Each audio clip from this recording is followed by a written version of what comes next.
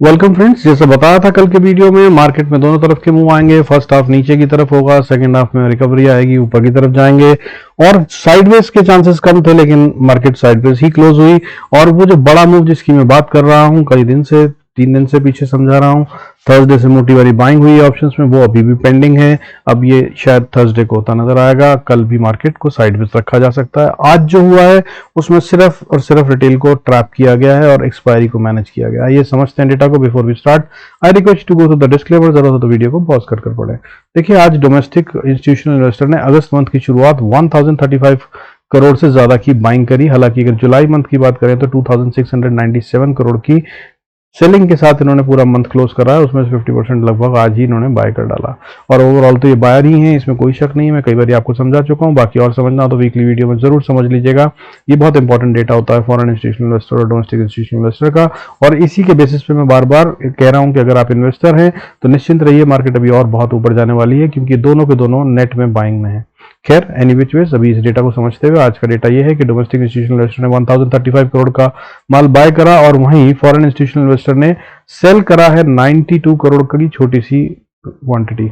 और इसी तरह से अगर हम बात करें तो ईयरली फिगर जो है वो डोमेस्टिक इंस्टीट्यूशनल की करीब करीब 84,000 करोड़ के करीब का माल खरीदा हुआ है डोमेस्टिक इंस्टीट्यूशनल इन्वेस्टर ने।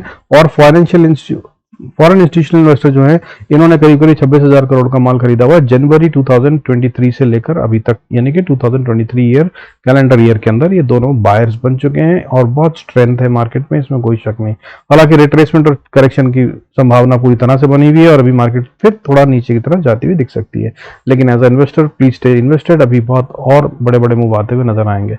अब आगे चलते हैं, बाकी के डेटा को समझते हैं। देखिए, इस तरह से निफ्टी जो है आज वो 19,733 पे क्लोज हुआ विद अ डिप ऑफ, छोटा सा डिप ऑफ 20 पॉइंट्स। हालांकि अगर गेम बोलूं तो आज 91 पॉइंट से ज्यादा की थी। वहीं बैंक निफ्टी की बात करें तो 45,592 पे बंद हुआ, जो कि 58 पॉइंट्स का डिप है। ये भी बहुत छोटा सा है। हालांकि गेम अगर बैंक निफ्टी में बोलूं तो 311 पॉइंट की थी।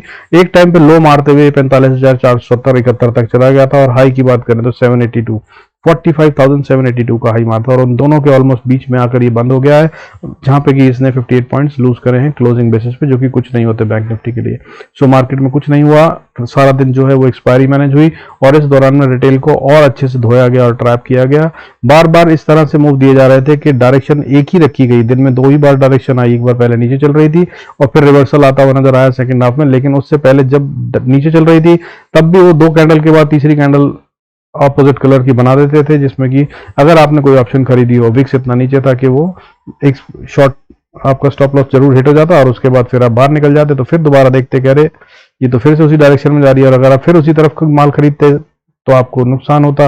और अगर आपने ऑपोजिट साइड का ले रखा होता तो भी आप कभी प्रॉफिट ना बना पाते। कुछ इस तरह का था। लेकिन जिनको पता था, जैसे कि मैं सुबह ही ऑप्शन लेके बैठा था और बैंक निफ्टी की पुट में करीब आधा दिन बैठा रहा आराम से, और आखिरी में मैंने फिर निफ्टी की अपसाइड की ऊपर खेलते हुए 300 की कॉल को खरीदा था, तो वो एक अच्छा मूव था। बट सिर्फ ये 2 बार ही करना था।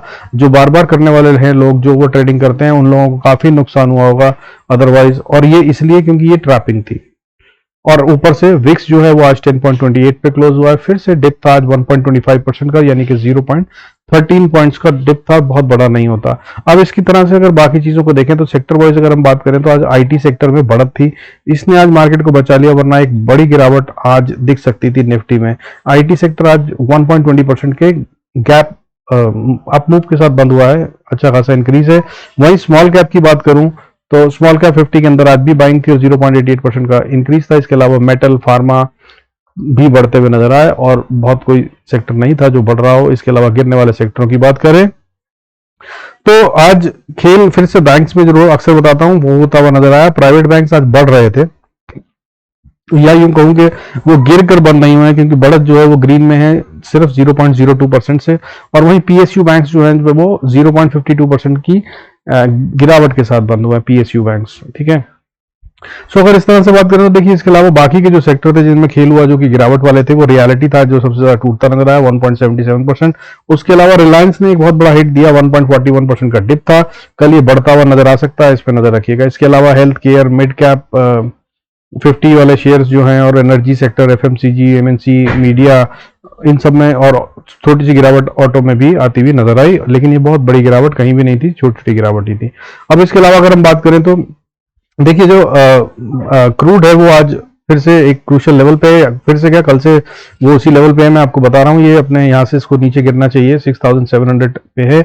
मैंने 6750 बता रखा है आपको कि ये इसको पार नहीं करता हुआ नजर आएगा क्लोजिंग बेसिस पे, तो ये एक अच्छी जगह हो सकती है सेल के लिए। अगर आप चाहें तो वीकली वीडियो देखकर ट्रेड समझ सकते हैं और इसको कर सकते हैं। 6750 को ये पार नहीं करेगा, उसका अगर आप स्टॉप लॉस लगाकर सेल करें तो नीचे की तरफ में ये 6160 तक जाता हुआ नजर आ सकता है, और उसके बाद के लेवल्स भी वीकली वीडियो में दिखाए हुए मैंने, जरूर नोट कर लीजिएगा। इसके अलावा अगर आप बात करूं और अदर कमोडिटीज की ट्रेडेबल, तो सिल्वर जो है इस समय 74,601 पर ट्रेड कर रहा है with a dip of good 1.10 percentage, that is 800 rupees से ज्यादा का डिप है।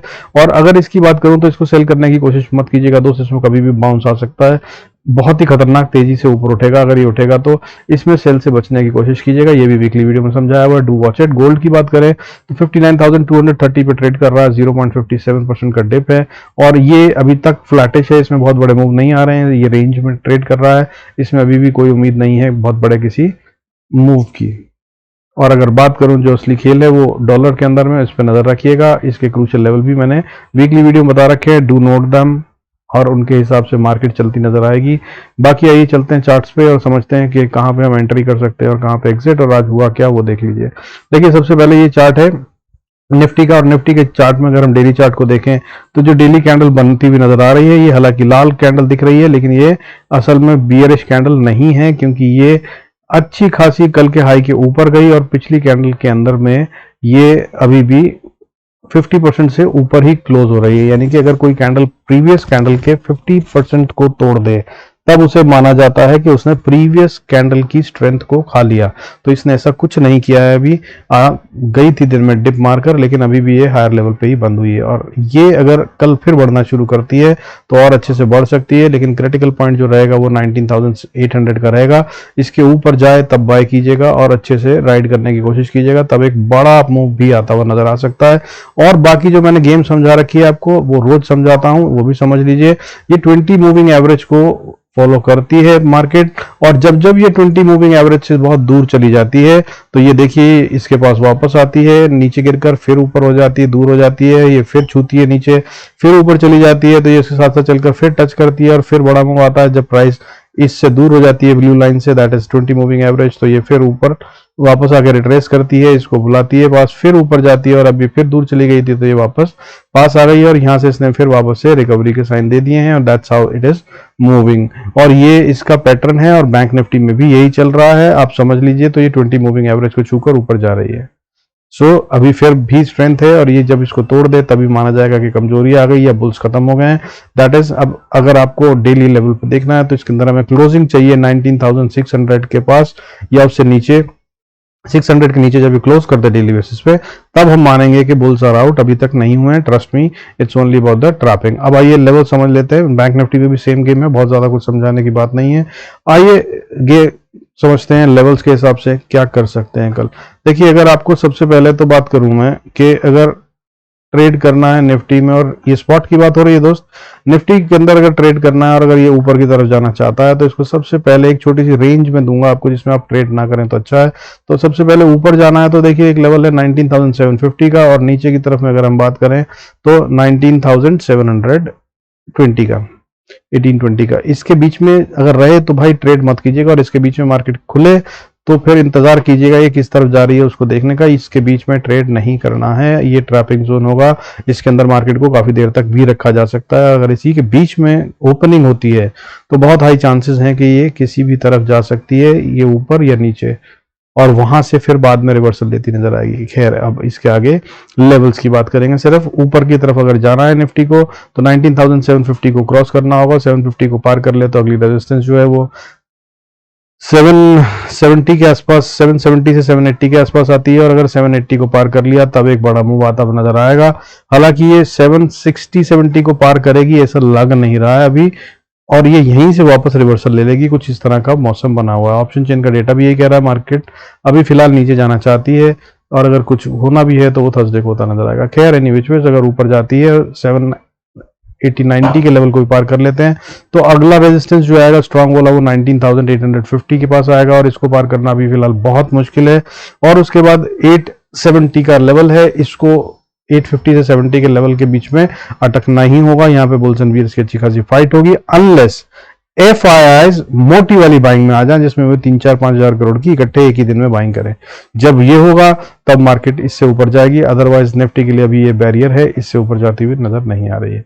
बाकी नीचे की तरफ बात कर लेते हैं। देखिएगा नीचे का जाना है, मान लीजिए निफ्टी को नीचे गिरना है कल, तो सबसे पहला लेवल जो है उसको तोड़ना हुआ 19,717। ठीक है, इसको तोड़ेगा तभी सेल की सोचेगा, लेकिन उसके बाद फिर एक बहुत मजबूत सपोर्ट है, वो है 19,690 के पास। 690 से 80 का लेवल, 78 का लेवल है। इनफैक्ट ये लेवल बहुत स्ट्रांग एरिया है, यहां से ये नीचे जाएगी ऐसा भी कोई संकेत अभी फिलहाल नहीं दे रही है, एक्सेप्ट फॉर ऑप्शन चेन का डेटा जो ये कह रहा है कि राइटिंग कॉल्स में हो रही है और ऊपर जाने को तैयार नहीं है, और पुट में इतनी अच्छी राइटिंग नहीं है। ठीक है, तो अगर इस तक आ गया 19,678 के, तो अगला सपोर्ट जो मिलेगा निफ्टी को वो 634 पे मिलेगा, तब एक अच्छा मूव बनता है। और अगर इसको तोड़ दिया तो फिर उसके बाद एक कमजोर सी सपोर्ट 600 पे भी आएगी, और अगर इसको तोड़ दिया तो फिर 570 670 तक ये आता हुआ नजर आ सकता है, और ये भी एक अच्छी स्ट्रॉन्ग सपोर्ट है, इसको तोड़ता नजर नहीं आएगा। और अगर इसको भी तोड़ के नीचे आ जाए तो बॉस एक लेवल है, आपको बता रहा हूं, यहाँ पे जब भी आए निफ्टी तो बाय का ट्रेड जरूर ट्राई कर लीजिएगा, बहुत फायदेमंद होगा। क्योंकि अगर आया तो यहाँ पर या तो रुकेगा या फिर यहीं से बाउंस करके वापस दौड़ेगा। ये लेवल है 19,460 का।